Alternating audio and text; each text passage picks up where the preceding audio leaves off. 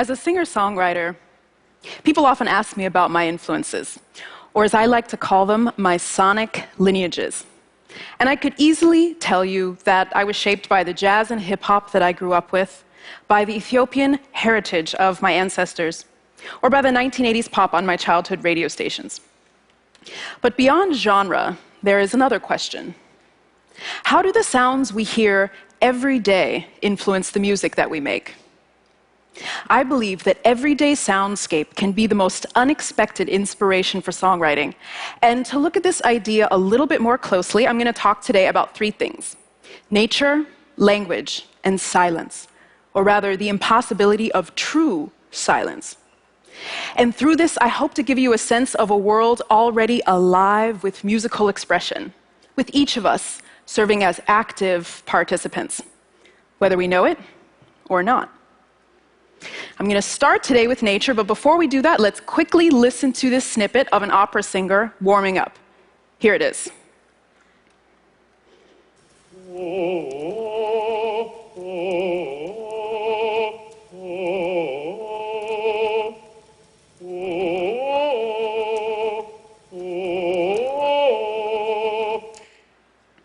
It's beautiful, isn't it? Gotcha. That is actually not the sound of an opera singer warming up. That is the sound of a bird, whose Latin name is Lullula arborea. In English, the woodlark. It is the song of the woodlark slowed down to a pace that the human ear mistakenly recognizes as its own. It was released as part of Peter Zok's 1987 Hungarian recording, The Unknown Music of Birds, where he records many birds and slows down their pitches to reveal what's underneath. Let's listen to the full-speed recording.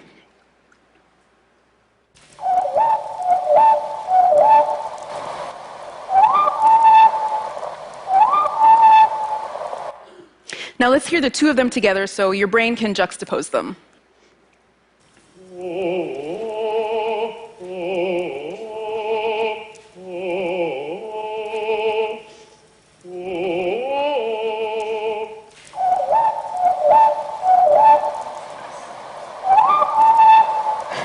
It's incredible. Perhaps the techniques of opera singing were inspired by birdsong. As humans, we intuitively understand birds to be our musical teachers.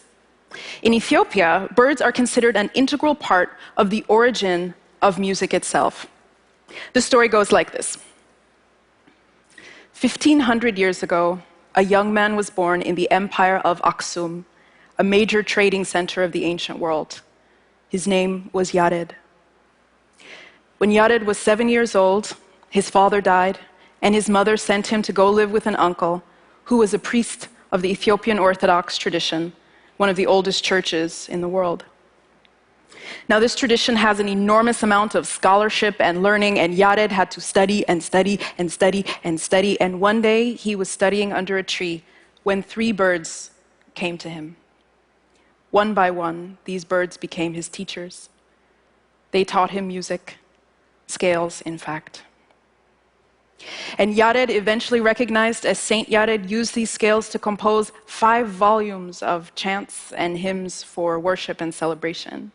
And he used these scales to compose and to create an indigenous musical notation system.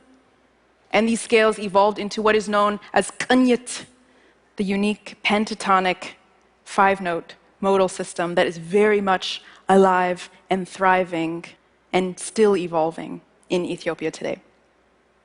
Now, I love this story because it's true at multiple levels.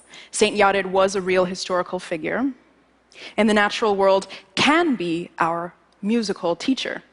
And we have so many examples of this. The pygmies of the Congo tune their instruments to the pitches of the birds in the forest around them. Musician and natural soundscape expert Bernie Krause describes how a healthy environment has animals and insects taking up low, medium, and high-frequency bands in exactly the same way as a symphony does. And countless works of music were inspired by bird and forest song. Yes, the natural world can be our cultural teacher. So let's go now to the uniquely human world of language. Every language communicates with pitch to varying degrees. Whether it's Mandarin Chinese, where a shift in melodic inflection gives the same phonetic syllable an entirely different meaning, to a language like English, where a raised pitch at the end of a sentence implies a question.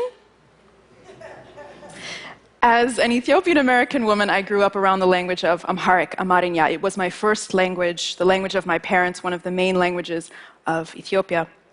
And there are a million reasons to fall in love with this language. Its depth of poetics, its double entendre, its wax and gold, its humor, its proverbs that illuminate the wisdom and follies of life. But there's also this melodicism, a musicality built right in. And I find this distilled most clearly in what I like to call emphatic language. Language that's meant to highlight or underline or that springs from surprise. Take, for example, the word inde. Now, if there are any Ethiopians in the audience, they're probably chuckling to themselves because the word means something like no, or how could he, or no, he didn't. It kind of depends on the situation.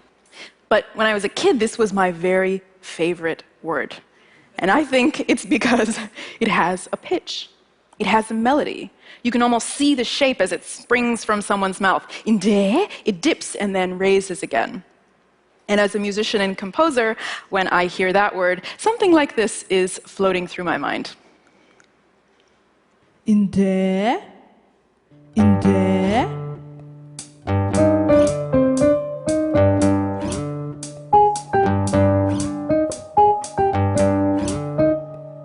Or take, for example, the phrase for it is right or it is correct. Likkino. Likkino, it's an affirmation, an agreement. Likkino. When I hear that phrase, something like this starts rolling through my mind. Likkino. Likkino. Likkino.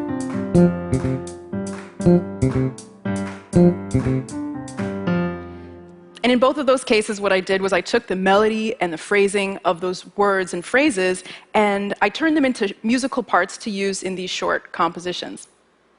And I like to write bass lines, so they both ended up kind of as bass lines. Now, this is based on the work of Jason Moran and others who work intimately with music and language. But it's also something I've had in my head since I was a kid. How musical my parents sounded when they were speaking to each other and to us. It was from them and from Amarinya that I learned that we are awash in musical expression. With every word, every sentence that we speak, every word, every sentence that we receive, perhaps you can hear it in the words I'm speaking even now. Finally, we go to the 1950s United States and the most seminal work of 20th century avant-garde composition, John Cage's 433, written for any instrument or combination of instruments. The musician or musicians are invited to walk onto the stage with a stopwatch and open the score, which was actually purchased by the Museum of Modern Art, the score, that is. And this score has not a single note written, and there is not a single note played for 4 minutes and 33 seconds. And at once enraging and enrapturing, Cage shows us that even when there are no strings being plucked by fingers or hands hammering piano keys, still there is music, still there is music, still there is music. And what is this music? It was that sneeze in the back.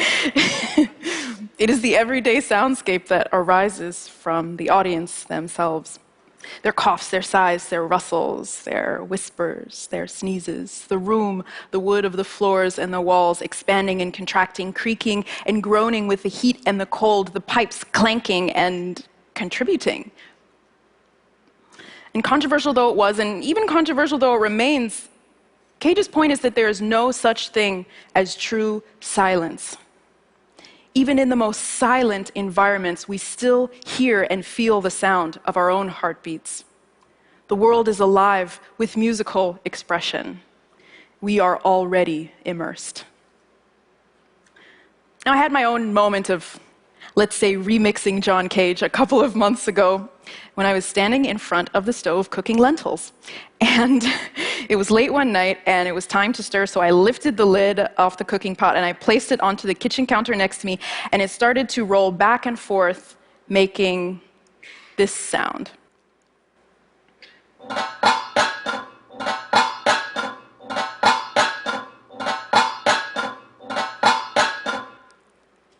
And it stopped me cold. I thought, what a weird, cool swing that cooking pan lid has. So when the lentils were ready and eaten, I hightailed it to my backyard studio and I made this. Waiting for my bad dream, singing, swimming over the sea.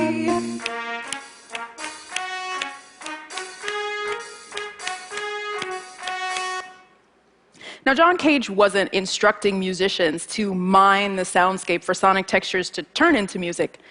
He was saying that on its own, the environment is musically generative, that it is generous, that it is fertile, that we are already immersed. Musician, music researcher, surgeon, and human hearing expert Charles Lim is a professor at Johns Hopkins University, and he studies music and the brain. And he has a theory that it is possible that the human auditory system actually evolved to hear music because it is so much more complex than it needs to be for language alone. And if that's true, it means that we're hardwired for music, that we can find it anywhere, that there is no such thing as a musical desert, that we are permanently hanging out at the oasis, and that is marvelous. We can add to the soundtrack, but it's already playing. And it doesn't mean don't study music. Study music, trace your sonic lineages, and enjoy that exploration. But there is a kind of sonic lineage to which we all belong. So the next time you are seeking percussion inspiration, look no further than your tires as they roll over the unusual grooves of the freeway, or the top right burner of your stove in that strange way that it clicks as it is preparing to light. When seeking melodic inspiration, look no further than dawn and dusk avian orchestras, or to the natural lilt of emphatic language. We are the audience, and we are the composers, and we take from these pieces we are given, we make, knowing that when it comes to nature or language or soundscape, there is no end to the inspiration, if we are listening. Thank you.